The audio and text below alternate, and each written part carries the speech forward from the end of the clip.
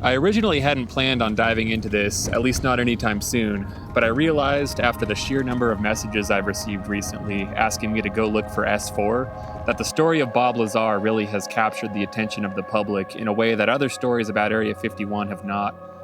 In fact, for many people, he really put Area 51 on the map. I can't say I blame anyone. I mean, a story about secret hangars above a remote dry lake in the Nevada desert that contain captured extraterrestrial spacecraft that the government is trying to reverse engineer, it's sure to draw some attention. But you may not know that there actually is a place you can go view this remote lake bed for yourself.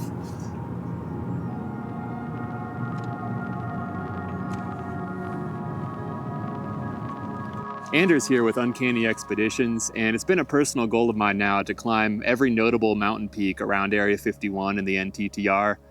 Today I'm going to be embarking on a journey to climb Mount Stirling, which is located within the Spring Mountain Range. This is going to be a pretty long and pretty remote climb, but the unique thing about this mountain is that it's one of the few places where you can actually get eyes on the Papoose Dry lake bed and the Papoose Mountains behind it. Now, this is, of course, where Bob Lazar claimed that the secret S4 facility south of Area 51 is located. It's definitely going to be something where you need high-powered optics to see it. You're looking at about a 46-mile distance between the mountaintop and the lake bed. It's even harder to spot than Area 51 is from Tikaboo Peak. What do I actually think about this whole Bob Lazar story? Well, I'll make my opinions on that clear throughout the video, but it's going to be an interesting and fun climb for sure. First things first, it's time to make a quick stop in the town of Pahrump.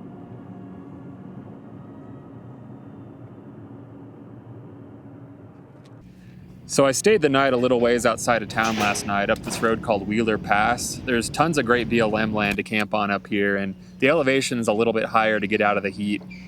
First stop is going to be re-upping on some of my supplies while I'm here in town. And then I'm going to pay a visit to the grave and former home of someone who was pretty unforgettable in the UFO world, and he lived right here in Pahrump. What's this, a new vehicle? So I'm working on this little Toyota micro camper. I picked up this RAV4, and I figured out that it's basically the smallest vehicle that I can lay down flat in at 6'2". So I'm turning this into a little off-road micro camper, so you'll see this make appearances in addition to my van and my motorcycle. I put a little lift kit on here too, so it gets some better ground clearance.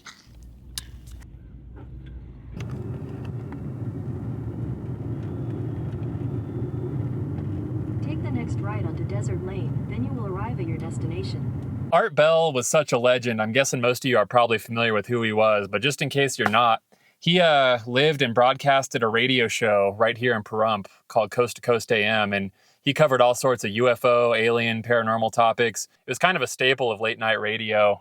His heyday was definitely a little bit before my time, but I listened to so many reruns. He brought you some classics such as Mel's Hole.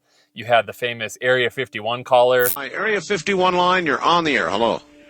Hello, Art. Yes. Hi. I don't have a whole lot of time.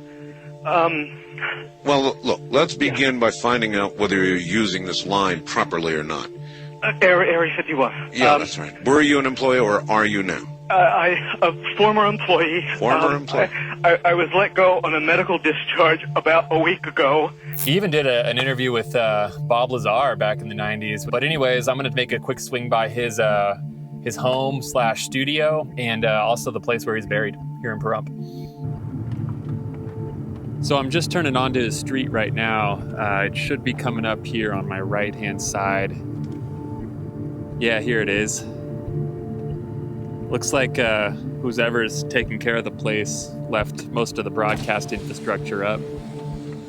If I'm not mistaken, it's still owned by somebody within the Bell family. I'm sure they don't like looky-loos coming through and harassing them, so I won't bother them here.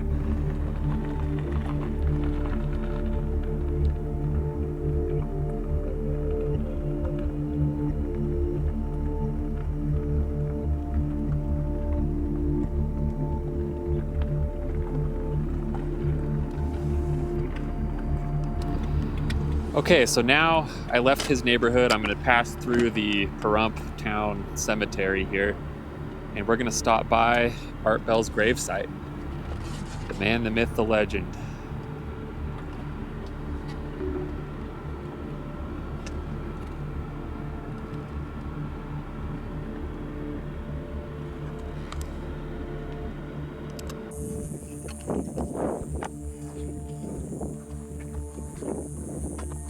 And here it is. People have left all kinds of little trinkets here, little aliens. I like that. This is actually the first time I'm realizing that Art Bell and I share a birthday, June 17th. How about that?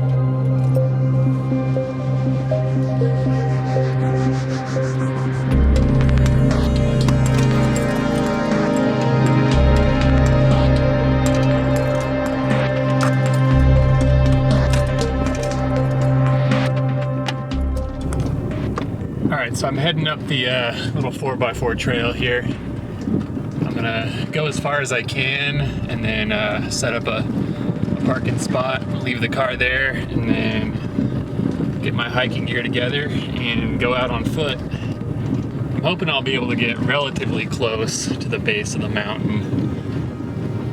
Most of the trip reports that I've read from out here are from years ago, so road conditions can change between then and now, especially if there was a lot of rain.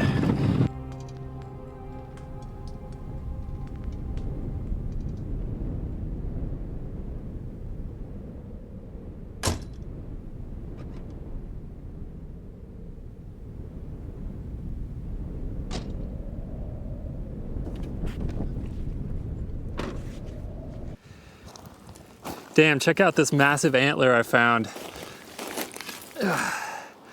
I'm gonna take this home and use it as a decoration.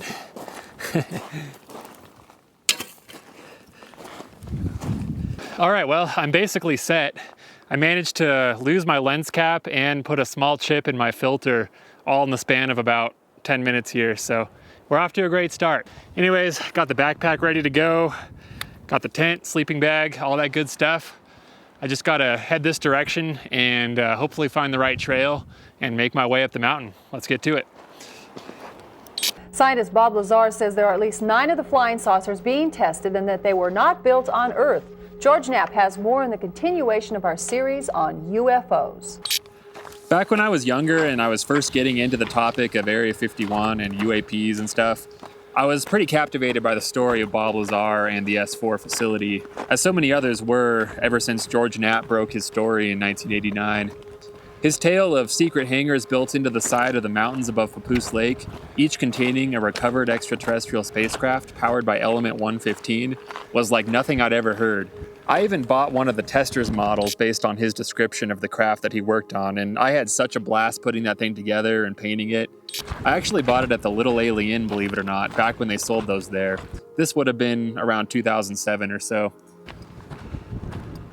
As time went on and I delved deeper into the topics of Area 51 and UAPs, in general, my opinion began to shift a little bit. Is the Lazar story really believable? Is he really a credible whistleblower? Or is his tale one big fanciful hoax?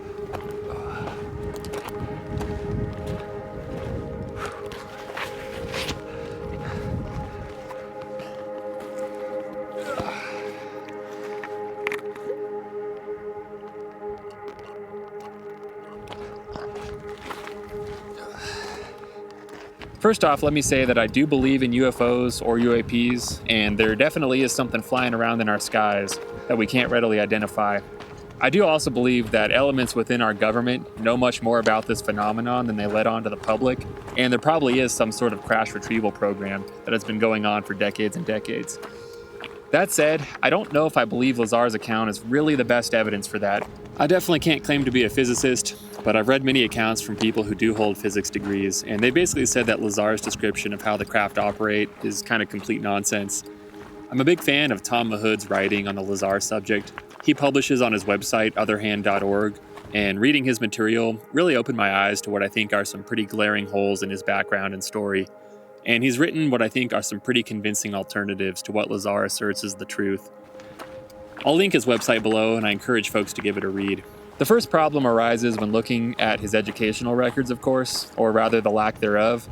He claims to have received degrees from MIT and Caltech, but no evidence of that exists. He does not appear in any yearbooks, and he was unable to name any professors. When asked to do so, he actually named instructors from his community college and his high school. Could the government have erased his educational records? I guess, sure, maybe, but I have a hard time believing they could erase physical yearbooks. The next question that comes up is regarding his alleged employment at Los Alamos National Labs. Did he really work there? Well, I think the answer to this question is actually pretty positively a yes, though it looks like not as a physicist. His entry in the phone book indicates he worked as a contractor for a company called Kirk Meyer, which didn't hire physicists. He likely spent a significant amount of time working there, enough to know the layout of the facility well, and to become acquainted with the physicists there, but he himself probably worked as like an electronics tech or something of some kind.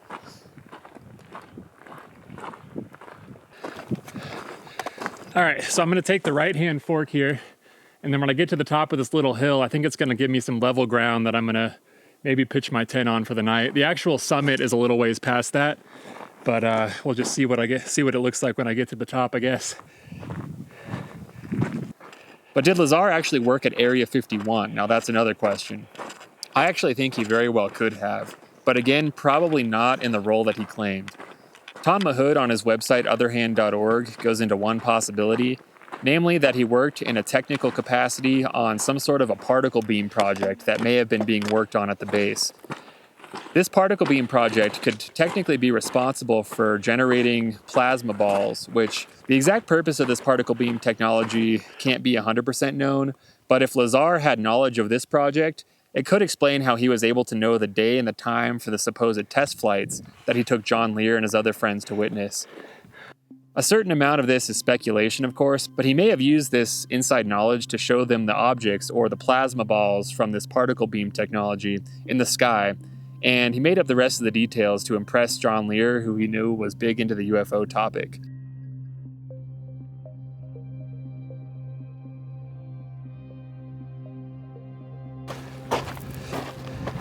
I think when you kind of add everything up, the thing that started to seem most likely to me is that Bob probably did, in fact, work at Area 51 in some capacity, just not in the capacity that he claimed. You have Christopher Mellon, I believe it was on Joe Rogan's podcast. He kind of echoed something similar. He said that he actually contacted somebody at Area 51 because he has the credentials and the know-how being from his former position to be able to do that. And he basically echoed the same thing, saying that, yeah, he worked there as like a low-level like badge checker or something like that. Now, I'm a little skeptical about his claims, I have to say. A friend of mine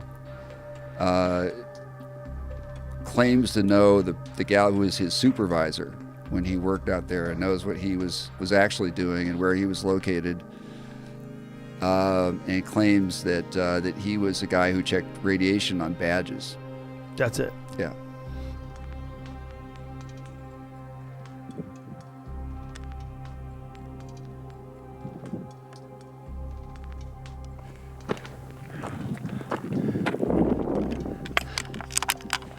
Never ends.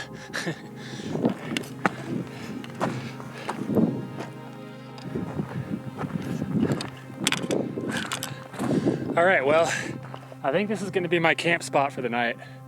I do have a really nice panoramic view out over the test range over there.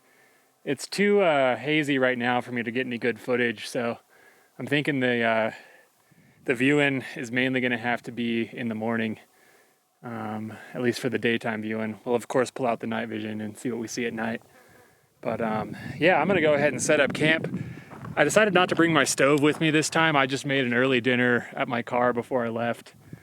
Figured it was one less thing to carry up here.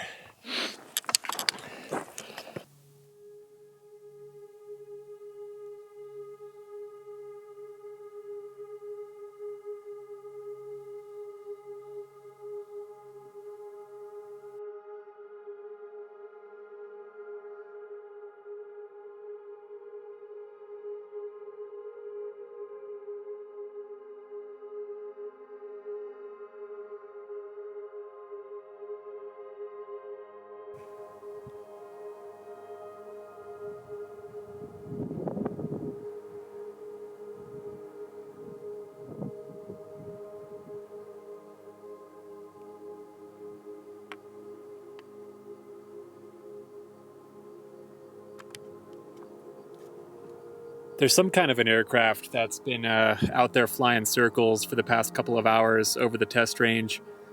I can't really make heads or tails of what it is from this range, but it could be a drone, because there is a classified drone airstrip out that way. It could be a drone flight test of some kind.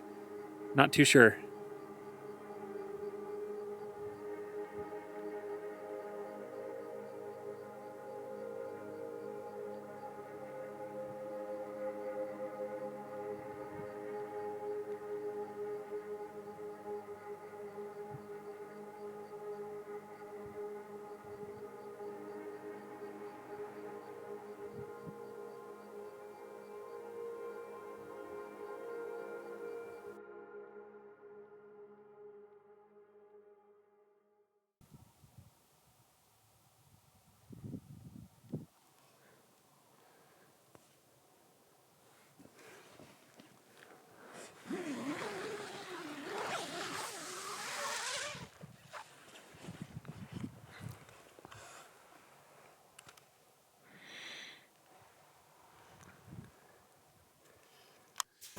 All right, so I think I woke up early enough to beat some of the heat today. So I went through a few of the red flags that stick out to me about the Bob Lazar story and the whole S4 thing. But if you do believe Bob Lazar, leave me a comment on this video and let me know what you think the best evidence to support his story is, because I'm genuinely curious, and maybe we can all learn from each other. I'll even play devil's advocate and say a couple things that stick out to me as potentially good evidence in favor of his story. You have David Freehoff, who was an SR-71 pilot at Area 51, and he gave an interview in which he mentioned that he remembered the S4 facility down in the Papoose Mountains. And he said he worked with people that actually remembered Lazar at Area 51 boarding a bus to S4. So unfortunately, he passed away in 2020, so he can't be reached for further comment on that. But that is an interesting point in favor of Lazar's story. You also have the fact that George Knapp, I think he's a good reporter in a lot of cases, and he stuck his reputation on Lazar, so there is that. Ultimately, those things aren't necessarily enough to move the needle for me personally, but again, I definitely want to promote discussion on this channel, and if you do believe Lazar's story, let me know down in the comments on what you think the best evidence is. Now let's see if we can find Papoose Lake. So I've got my camera set up now. I'm aiming it off across the test range. I'm looking directly at the Papoose Dry Lake right now. It is pretty hard to see cutting through 46 miles of atmosphere.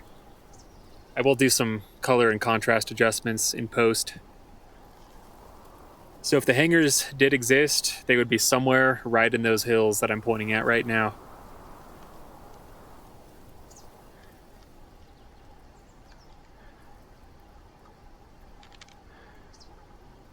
I can't say I see evidence of Bob Lazar's S4 facility, but it would be a good place to hide a base, given how remote it is.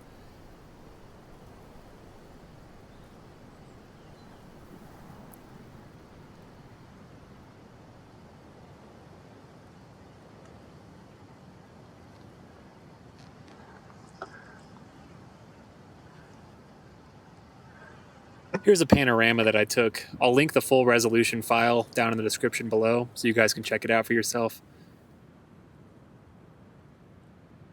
While I'm up here, I'm checking out some of the other NTTR facilities that I can see from this vantage point.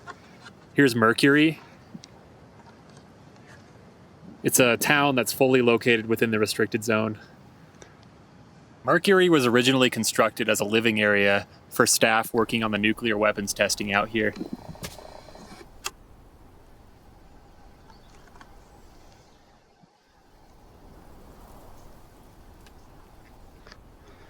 And that looks like the Area 51 infamous white bus.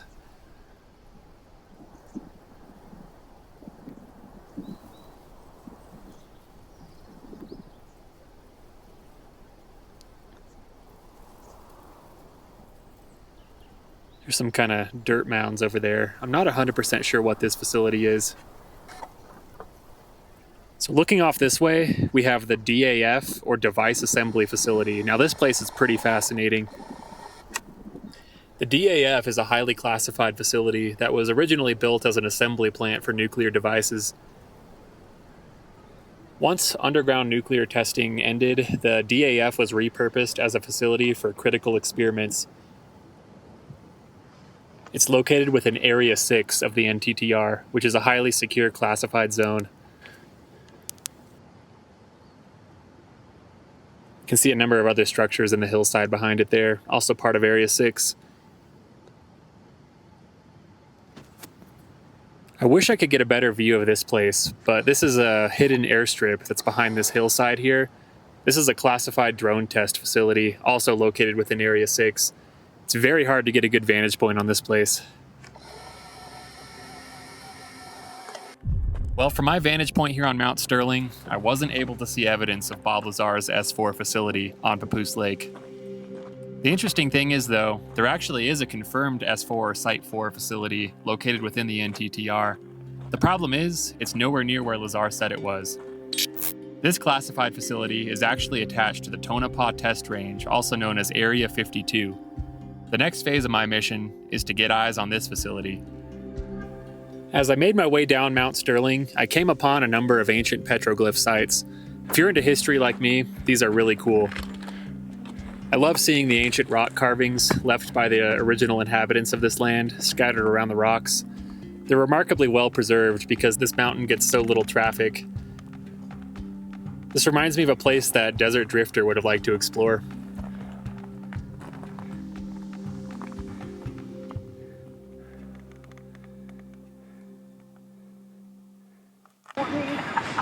Look at this. I don't have to work for it. I got the pistachio.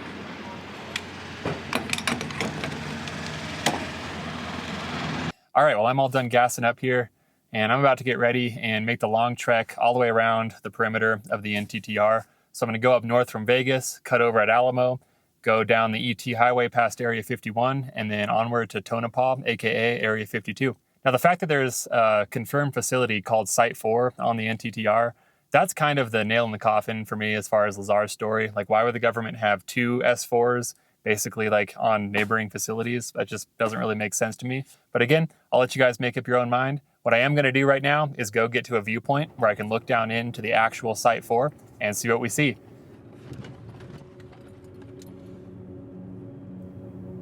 As I leave the pavement and enter the vast expanse of desert that stretches out in front of me, I'm once again reminded of how beautiful this region is. The golden hour light touches the mountains in the distance and the trail that stretches out horizon to horizon. It feels like a fascinating paradox that these ultra-secret research labs working on the most advanced weapons technology are buried deep within such a beautiful and majestic landscape.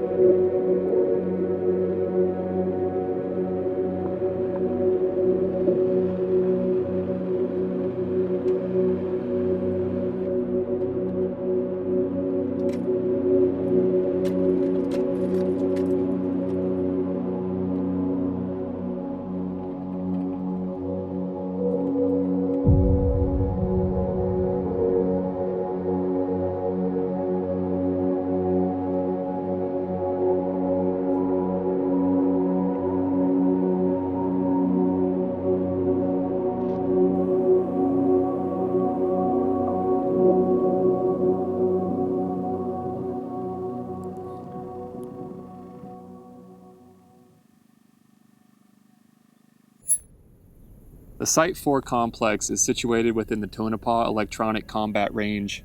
It's at the TECR that aircraft from Area 51 and other locations are flown and measured against a variety of electronic warfare systems. The TECR is set up with ground-based radars, emitters, and jamming systems that simulate the types of threats U.S. aircraft would face in real combat. Wow, that's kind of crazy. So those little dots you see moving way out there, I think I'm looking at some wild horses. They just let the horses roam through the test range because the perimeter isn't fully fenced. Some kind of a hangar or storage building there, it looks like.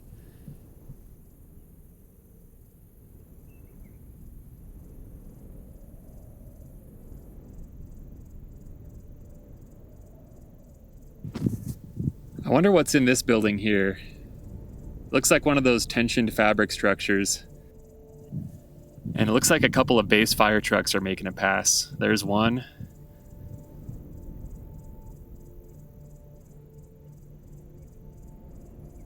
And here comes the other one right behind it.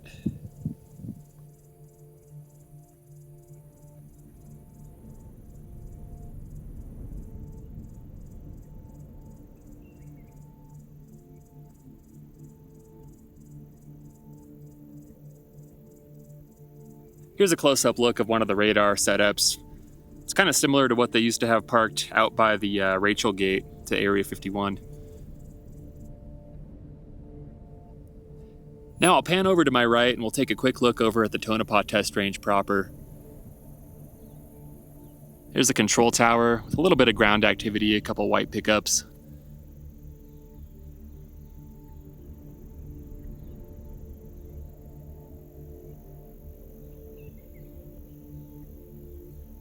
There's quite a few hangars at the Tonopah test range.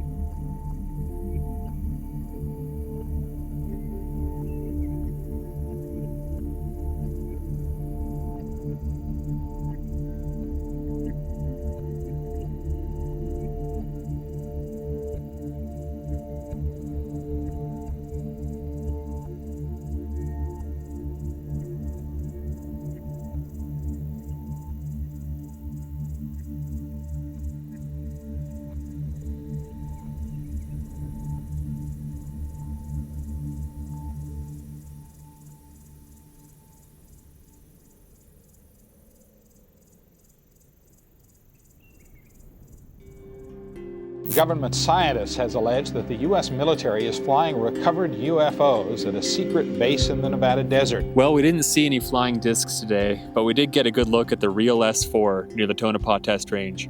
Assuming Lazar did work at Area 51, he could very well have overheard talk of a Site 4 facility, but not known exactly where it was located since everything is so compartmentalized and it wasn't related to what he was hired to do. He then spun this Site 4 into the store we all know. I plan on doing more snooping around Area 52 in the near future to uncover more of the mysteries that surround this place in the desert, so stay tuned for that.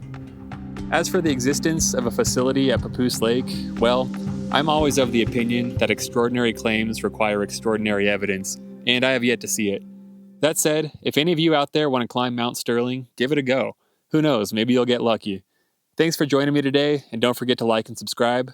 I'll see you on the next expedition.